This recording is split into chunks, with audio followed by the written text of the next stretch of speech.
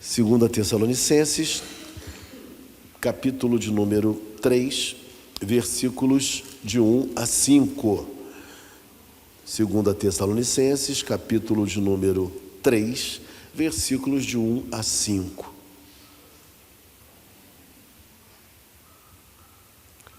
Amém? Todos acharam? Farei a leitura dos versos de 1 a 5. Eu mesmo lerei, quando a palavra do Senhor nos diz assim: finalmente, irmãos, orai por nós, para que a palavra do Senhor se propague e seja glorificada, como também está acontecendo entre vós, e para que sejamos livres dos homens perversos e maus, porque a fé não é de todos. Todavia, o Senhor é fiel, Ele vos confirmará e guardará do maligno. Nós também temos confiança em vós no Senhor, de que não só estáis praticando as coisas que vos ordenamos, como também continuareis a fazê-las. Ora, o Senhor conduza o vosso coração ao amor de Deus e à constância de Cristo. Oremos. Ó Deus amado, nós queremos te agradecer nesta manhã pela tua palavra, que foi lida diversas vezes aqui, pelos louvores que foram entoados, ó Deus, pelas orações que foram alçadas ao teu trono de graça. Nós queremos te agradecer pelos dízimos e ofertas também. E agora, mais uma vez, nós te rogamos que o Senhor nos ajude, Pai, a expor esse texto, de maneira que todos possam entender essa porção da tua palavra. Ó Deus, te oramos assim, de forma agradecida, porque te oramos em o nome santo de Jesus Cristo, o teu Filho amado. Amém.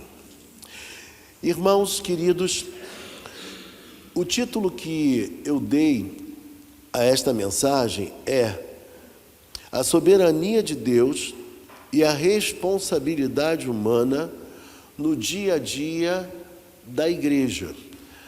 A soberania de Deus e a responsabilidade humana no dia a dia da Igreja. Segundo a Tessalonicenses, principalmente nesse texto que nós estamos lendo, o apóstolo Paulo vai trazer algumas instruções, alguns pedidos e instruções à igreja, para que a igreja pudesse lidar com as questões que ela estava enfrentando naqueles dias. Perseguição, uma igreja nova, de pessoas recém-convertidas, e essas pessoas estavam sendo já perseguidas logo no começo da sua espiritualidade, da sua caminhada cristã. E sendo assim, o apóstolo Paulo, ele vai tratar de assuntos rotineiros que fazem parte do cotidiano das pessoas, principalmente no que se refere à espiritualidade.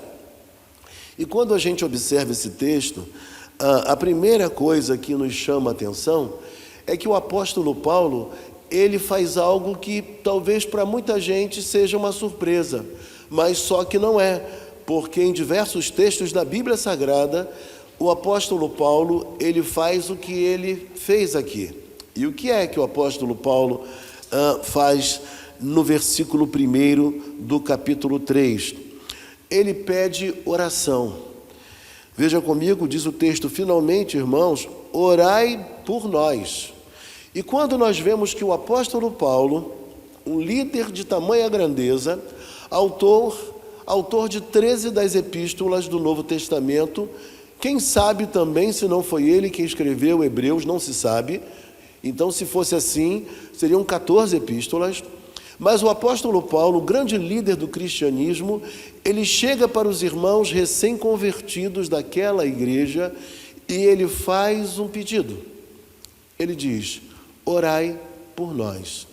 Isso prova, em primeiro lugar, a humildade que havia no apóstolo Paulo, Mesmo sendo grande líder, ele sabia que ele precisava da intercessão, da oração dos irmãos. Isso era algo necessário para ele, e eu digo para vocês nesta manhã, é algo também necessário para cada um de nós. Nós precisamos de oração. Por maior que seja o líder, por mais forte que seja a pessoa, por mais intimidade que ela tenha com Deus, ela necessita de intercessão. E quando eu digo no título da mensagem, soberania, a soberania de Deus e a responsabilidade humana, o que eu gostaria que vocês também percebessem é que, embora Deus sendo o Deus soberano, né, o Deus que realiza todas as coisas, que os seus propósitos se cumprem, mas em contrapartida, a Bíblia também mostra algo diferente, né, que se complementa, queria dizer eu. Ou seja, mesmo Deus sendo soberano, existe uma necessidade que nós façamos a nossa parte. E a nossa parte é orar, interceder pela liderança, pelos irmãos. E o segundo ponto que me chama a atenção aqui é que o apóstolo Paulo, ele não pede oração, neste momento, por prosperidade. Ele não pede oração pela saúde dele. Não é esse tipo de pedido que o apóstolo Paulo faz, embora até pudesse fazê-lo. Mas a grande preocupação do apóstolo Paulo, que nós vemos aqui, a preocupação dele é com a igreja. A preocupação do apóstolo Paulo é com o desenvolvimento da obra ali em Tessalônica, para que a obra ainda seja maior e que também em outras partes o evangelho também atingisse mais pessoas. Ele queria que a igreja crescesse, se desenvolvesse e cumprisse o seu papel. E esse deve ser o nosso desejo também. Nós não devemos ter medo do crescimento da igreja, de que pessoas novas cheguem à igreja, que gente se renove na evangelização. Tudo isso é maravilhoso.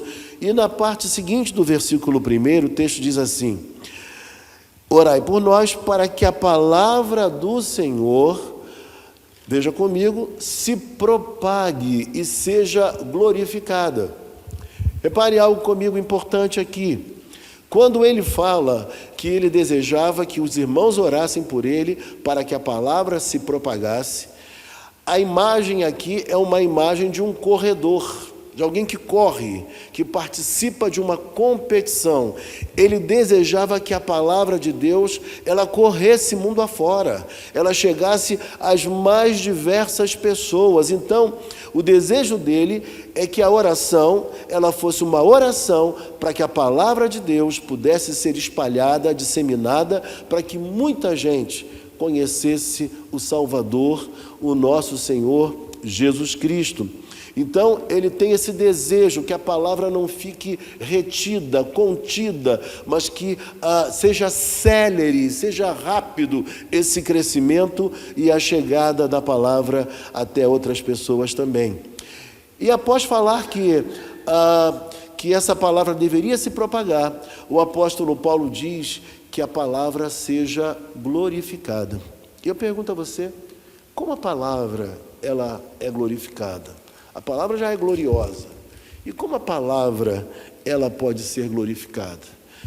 Quando o pregador comunica com fidelidade o recado de Deus, a mensagem de Deus, e quando as pessoas que ouvem a palavra do Senhor, elas abrem o coração, e o Espírito Santo atua nesse processo, e elas agora se tornam novas pessoas, novas criaturas. A realidade espiritual se inaugura na vida dessas pessoas. Então, a palavra de Deus, ela é glorificada quando ela cumpre o seu papel.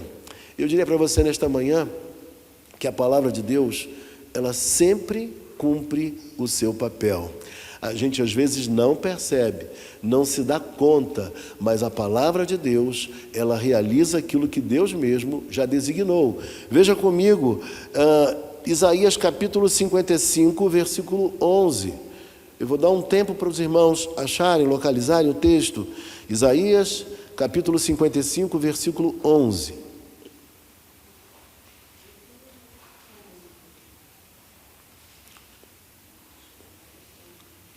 Isaías 55, versículo 11. Amém?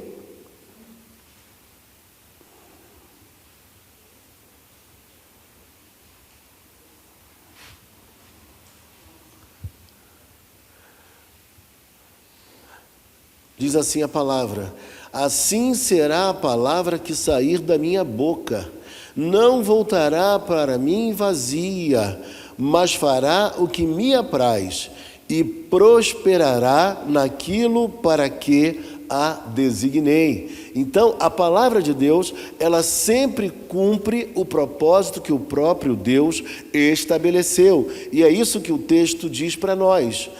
Na sequência, ele vai nos dizer ainda, como também está acontecendo entre vós. E aqui, Paulo deixa mais claro o porquê ele estava orando.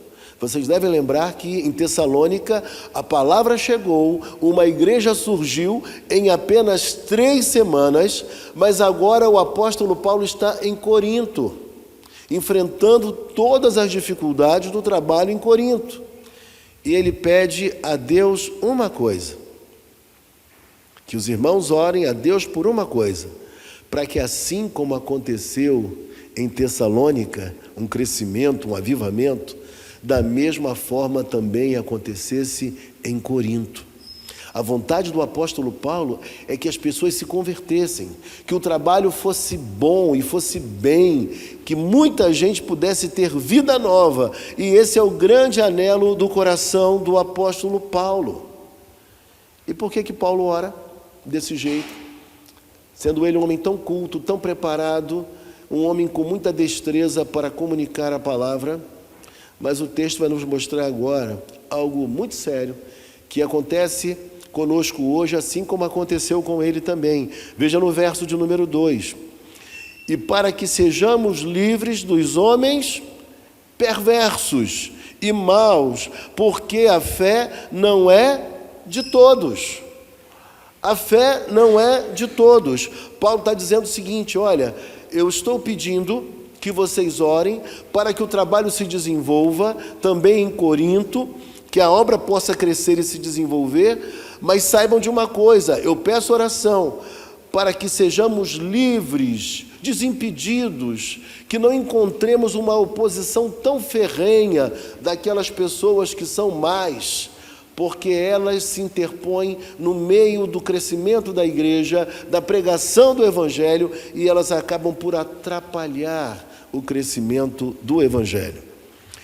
Paulo sabia que muita gente dentro do judaísmo e até mesmo algumas ideias perniciosas dentro da própria igreja se constituíam impedimentos para que a igreja pudesse crescer, que o evangelho verdadeiro chegasse ao coração das pessoas. Portanto, o apóstolo Paulo pede oração para que eles se vissem completamente livres desse tipo de gente. Eu queria que você visse comigo Tito, capítulo 1, versículo 1. Abra, por favor.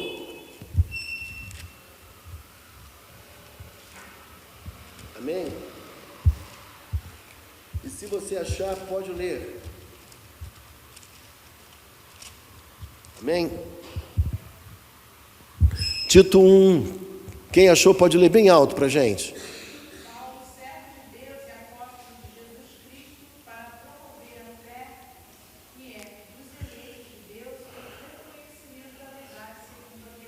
Veja comigo que o texto diz que a fé que é dos eleitos.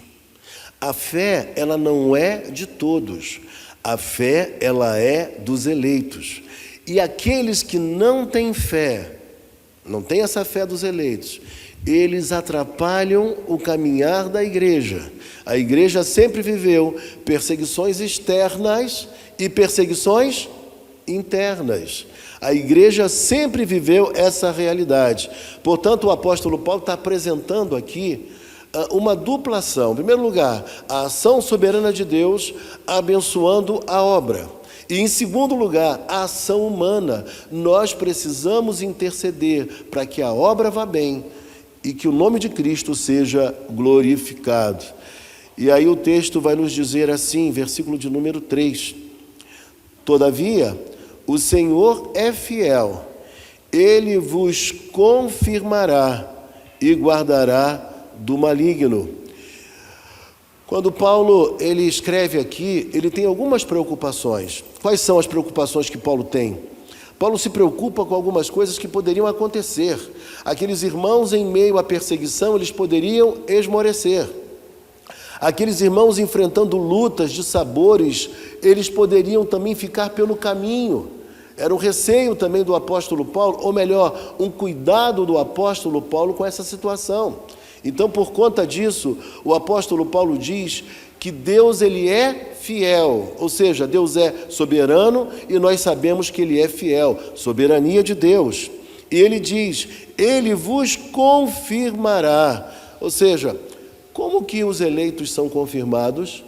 O que evidencia que uma pessoa é eleita? Nós falamos disso já semanas atrás. Nós vimos algumas marcas na igreja de Tessalônica. A primeira delas, a igreja tinha um amor abnegado.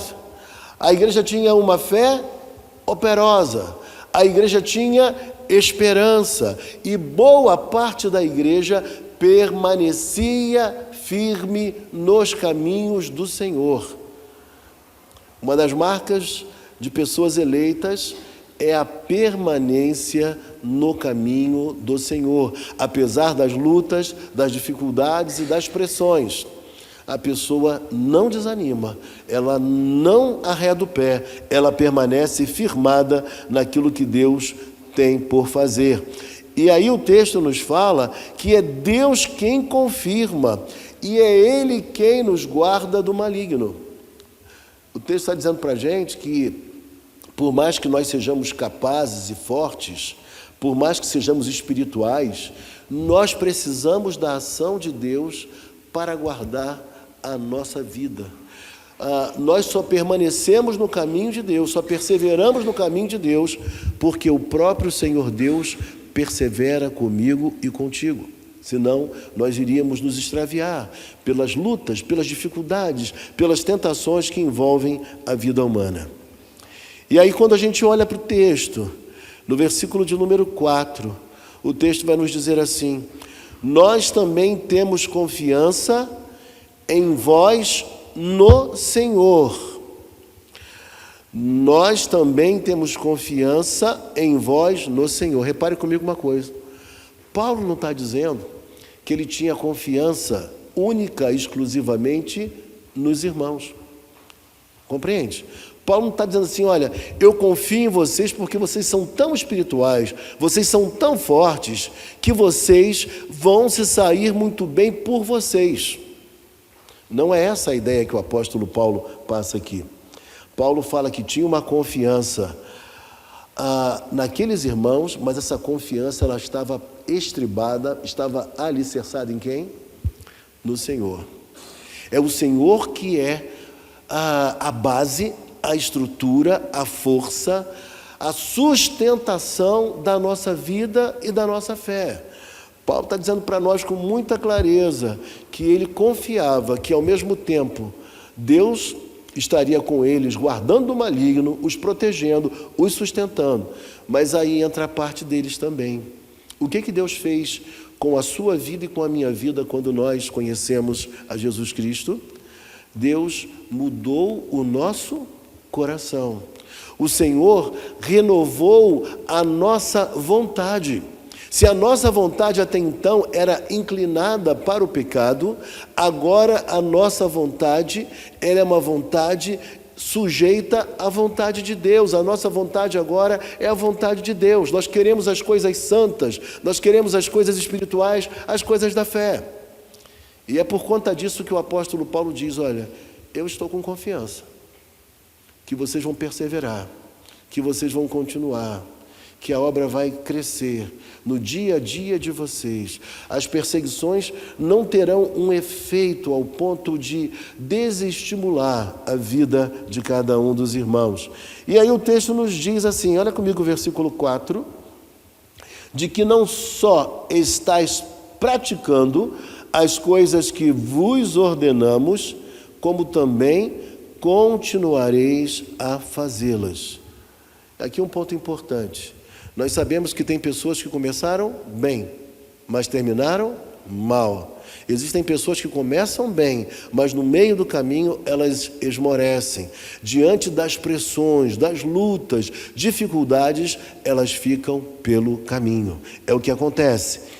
Mas nesse caso aqui, o apóstolo Paulo está dizendo que aqueles irmãos continuariam, eles não ficariam pelo caminho porque eles eram eleitos e Deus estaria com eles no cotidiano, no dia a dia, em meio às dificuldades. Essa ideia de continuar naquela mesma prática, apesar de toda a luta e de toda a perseguição, nos lembra, em primeiro lugar, a pessoa de Jesus Cristo. Jesus Cristo, apesar de todo o sofrimento que ele passou, de toda a dor, do Calvário, da cruz, dos momentos de solidão como no Getsêmani, o que aconteceu com Jesus Cristo? Ele permaneceu firme até o final. Não foi assim que aconteceu com Jesus Cristo? Ele permaneceu firme até o final. Ele tinha um propósito, ele sabia qual era a sua missão e ele não queria voltar atrás de maneira alguma, mas sim cumprir o seu papel até o último dia, até a sua crucificação. E quando a gente olha para essa igreja, e a gente vê que o grande exemplo para essa igreja era Jesus Cristo, nós vemos também que o próprio apóstolo Paulo era um exemplo para aquela igreja. Quando nós lemos Filipenses capítulo 4, o apóstolo Paulo diz que ele aprendeu a viver contente em toda e qualquer situação. Ou seja, o apóstolo Paulo apanhou, o apóstolo Paulo foi expulso de cidades, o apóstolo Paulo foi abandonado por muita gente, mas o apóstolo Paulo ficou firme no seu propósito, porque ele sabia qual era a sua missão e onde Deus queria que ele chegasse. Aí quando chega no capítulo 4 de Filipenses, versículo 13, ele fala algo que todos nós sabemos de cor, que encontramos até de maneira distorcida em muitos lugares por aí, né? Mas o apóstolo Paulo diz o quê? Tudo posso naquele que me fortalece. Ou seja, tudo posso naquele que me fortalece. Paulo está dizendo que passar por todas essas situações da vida se tornou possível porque ele tinha de fato Deus com ele, o Pai com ele, e ele sabia que ele conseguiria chegar até o final, porque o seu propósito era esse. Ele era um servo de Deus, o apóstolo Paulo era servo de Jesus Cristo, e ele sabia que o ser divino estava com ele. E aí, irmãos, a gente também pensa numa coisa. Depois de tudo isso, quando chega em 2 Timóteo, capítulo 4, versículo de número 7, o apóstolo Paulo traz aquela declaração que nós também sabemos de cor, e você vai me ajudar. Combati o bom, completei e guardei a fé. O apóstolo Paulo, ele finalmente faz essa declaração, ou seja, eu cumpri, eu passei por todas as coisas, mas eu consegui em Deus guardar a minha fé. E era essa certeza que aquela igreja precisaria ter. Aqueles irmãos não estavam prontos nem acabados, porque o próprio apóstolo Paulo diz em Filipenses que aquele que começou a boa obra há de completá-la até o dia de Cristo Jesus. Paulo sabia que Deus era com eles e que era o próprio Deus quem os levaria de uma maneira progressiva ao crescimento na fé, na conduta e no exemplo. E aí, olhando para o texto ainda, a palavra do Senhor nos fala assim, versículo de número 5. Ora, o Senhor conduza o vosso coração ao amor de Deus e à constância de Cristo. Quando nós lemos nesse versículo de número 5, Paulo falando sobre o Senhor soberanamente conduzindo a vida dos irmãos, levando o coração deles ao amor de Deus, é como se Paulo dissesse, não se esqueçam o quanto Deus amou vocês, o quanto Deus fez por vocês. Não se esqueçam, por exemplo, de um texto maravilhoso que não há como esquecer, e de vez em quando eu cito, Romanos capítulo 5, versículo 8. Mas Deus prova o seu próprio amor para conosco, pelo fato de ter Cristo morrido por nós, sendo nós ainda pecadores. Paulo está dizendo e reafirmando: vocês são amados por Deus, e Deus amou tanto vocês, que enviou o seu Filho, Jesus Cristo, para morrer no lugar de cada um de vocês. Irmãos, isso é glorioso, e com essas palavras o apóstolo Paulo está fomentando esperança, ânimo, para que aqueles irmãos continuassem a enfrentar todas as lutas e dificuldades do tempo presente. De olho também na vida futura, na glória que estava por vir quando chegasse o novo céu e a nova terra. O apóstolo Paulo sabia que muita gente ali poderia se desviar do caminho, se apostatar. Ele sabia que muitas pessoas poderiam se fragilizar diante de tamanhas lutas. Mas ele diz que Deus iria conduzir, versículo 5, o vosso coração ao amor de Deus e à constância de Cristo. Se Deus amou o mundo de tal maneira que deu o seu Filho unigênito para que todo aquele que nele crê não pereça, mas tenha a vida eterna, por que temeremos? Por que temeríamos? Por que iríamos ficar pelo caminho? Nós temos uma viva esperança a nos guardar. Se Cristo, Jesus Cristo, ele foi constante até o final, nós também podemos ser constantes com a sua força, com o seu poder movendo a nossa vida. Essa palavra constância, aqui no final do versículo 5, ela traz a ideia de paciência. Constância aqui não é somente permanecer, mas é a ideia de paciência diante de momentos extremamente difíceis e complicados da nossa vida. Você já viveu um momento complicado na sua vida? Por certo, sim, eu também já vivi. Mas o que nos leva a enfrentar esses momentos de muita dificuldade, muita pressão, é justamente a nossa fé e nos mantendo firmes em Deus na constância, na paciência, que apesar de todas as lutas, todos os dissabores, todas as agruras que a vida nos impõe, nós sabemos que Deus é conosco e ao final de todas as coisas, nós receberemos a coroa da vida. É importante que a gente entenda que o sofrimento, que a luta, ela faz parte da vida cristã. Não há um cristão que não passe por lutas, ainda que ele não esteja passando no dia de hoje, mas um dia ele vai passar também por lutas.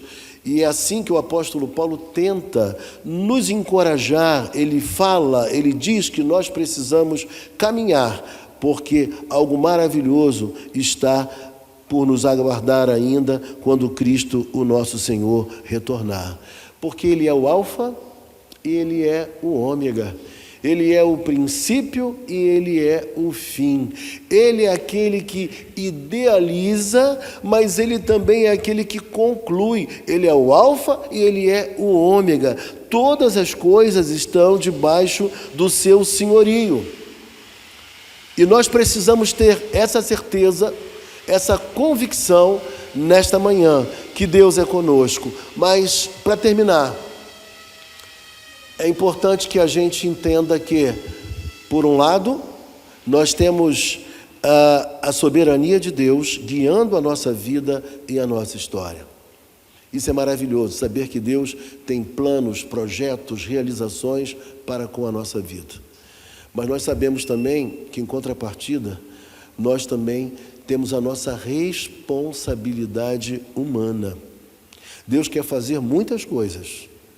Ele levanta pessoas para estas atividades, mas são as pessoas que, de maneira resoluta, confiante, que executam no dia a dia da igreja aquilo que Deus quer realizar na história. Nós estamos orando por Niterói. Niterói é a nossa cidade. Nós desejamos que o crescimento e o alcance do Evangelho atinja as pessoas da nossa cidade. Por quê? Em primeiro lugar, porque Deus nos colocou aqui. Nós amamos este lugar. Nós amamos as pessoas com as quais nós convivemos. Nós temos sonhos para a nossa família neste lugar, nesta cidade. Então nós precisamos orar por ela, mas não apenas orar. Nós precisamos ir ao encontro das pessoas, evangelizando, falando de Cristo, as amando com profundidade, trabalhando para Deus, para que a realidade à nossa volta não seja tão perversa, que as nossas ruas não estejam tão violentas como estão, para que tanta gente jogada pelas calçadas não fiquem mais vivendo dessa maneira, presas aos vícios, mas que essa estrutura perversa caia por terra e que pessoas possam se encontrar com Cristo e, a partir de então, viver uma nova vida, uma vida completamente diferente. Nós não podemos cruzar os braços, nós não podemos aceitar as coisas como elas estão. A Bíblia nos ensina que nós somos agentes de transformação da parte de Deus para este mundo. Tudo aquilo que está ruim precisa melhorar. Tudo aquilo que está caótico pode melhorar. E a Igreja do Senhor, ela exerce um papel muito significativo através da oração, através da pregação do Evangelho e dentro das suas condições também, até mesmo assistindo aqueles que estão numa situação desfavorável. Amém? Então, nesta manhã, eu queria que os irmãos saíssem daqui pensando justamente nesse papel do cotidiano da vida da igreja. Nós temos esse papel de comunicar a mensagem de Cristo a toda criatura e de orar também para que a sua palavra ela se propague com muita rapidez no entorno da nossa igreja, aonde nós trabalhamos, aonde nós estamos situados. Eu quero orar por você nesta manhã, você que deseja se lançar, se colocar na mão de Deus, para servi-lo, pregando o Evangelho, para servi-lo, orando também por sua igreja. Eu quero pedir a Deus por você nesta manhã. Você que de repente fala, eu quero evangelizar aquela minha amiga, Deus já colocou no meu coração de evangelizar aquele vizinho, mas eu me sinto um pouco acanhado ou acanhada, eu quero orar por vocês. Amém? Vamos orar? Feche os seus olhos, curve a sua fronte. Senhor Deus e Pai, queremos te agradecer, ó Deus, pela tua palavra nesta manhã. Queremos, Pai, te agradecer porque é o Senhor que nos chama, porque a nossa fé é a fé dos eleitos. Aqueles que não são eleitos, eles não compreendem e acabam servindo de instrumentos do maligno para prejudicar o andamento da tua causa. Nós queremos te rogar, Senhor Deus, que a tua igreja possa interceder para que a tua palavra corra e ela venha cumprir o papel devido na vida de cada pessoa, Pai. Ó Deus, que vive e que mora nesta cidade. Nós queremos te pedir, ó Deus, que o Senhor também dê a nós a coragem, a destreza, para ter uma palavra temperada ao coração daqueles que sofrem, daqueles que estão em nosso caminho, Pai. E assim falar do amor de Jesus Cristo, o único que pode trazer vida ao coração humano, o único que traz vida, a vida eterna, que traz novos valores, que renova a mente do ser humano. É assim que nós te oramos, Pai, nesta manhã, e que a nossa igreja possa ser uma igreja intercessora, Pai. Ó Deus, e ao mesmo tempo evangelizadora. É assim que nós te oramos e te agradecemos por tudo, porque te oramos em o nome santo de Jesus Cristo. Amém. Recebei a bênção, vamos ficar em pé.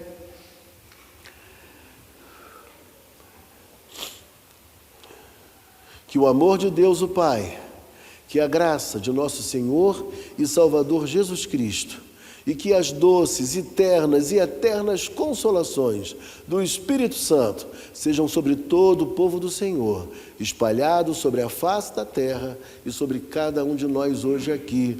Amém.